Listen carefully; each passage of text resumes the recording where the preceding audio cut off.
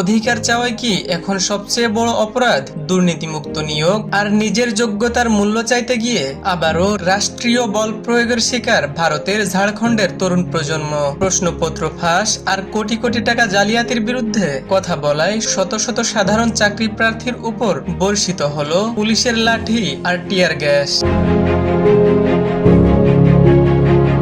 ভারতে একের পর এক সরকারি চাকরি ও ভর্তি পরীক্ষায় দুর্নীতির জাল ছড়িয়ে পড়েছে।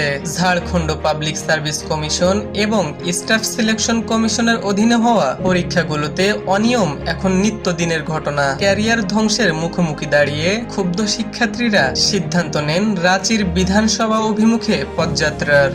রাজ্যের বিভিন্ন জেলা থেকে হাজার হাজার তরুণ ছুটে আসেন রাঁচিতে, কিন্তু শিক্ষার্থীদের এই গণতান্ত্রিক কণ্ঠরোধ করতে পুরো শহরকে যেন এক সামরিক ছাউনিতে পরিণত করে প্রশাসন। যানবাহন আটকে তল্লাশির নামে ভয় দেখিয়েও রোধ করা যায়নি আন্দোলনকারীদের প্রবাহ।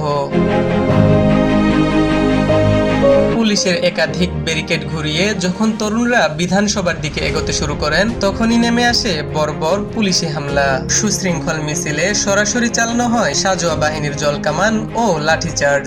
একের পর এক আন্দোলনকারী আহত হলেও পিছু হটেননি তরুণরা। এমনকি পানির তোড়ের সামনে দাঁড়িয়েও তারা জানান দিয়েছেন, ক্ষমতার ভয় দেখিয়ে ন্যায় বিচারের আন্দোলন স্তব্ধ করা যাবে না। টানা 17 দিন ধরে চলা এই আন্দোলনে অনশন করছেন ছাত্র নেতা দেবেন্দ্র মাহাতো সহ একাধিক বীর তরুণ।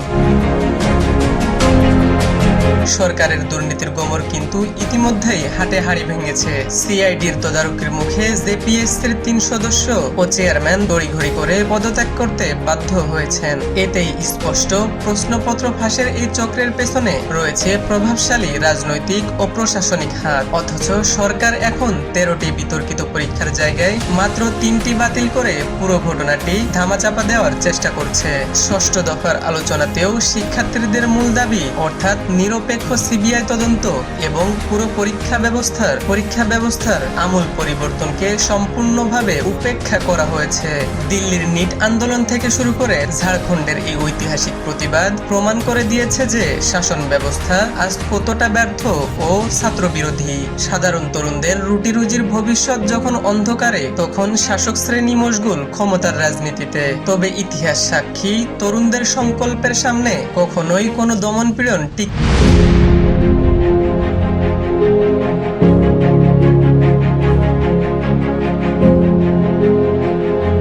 ইমুর Rahman, news Bangla .news, Dhaka multimedia.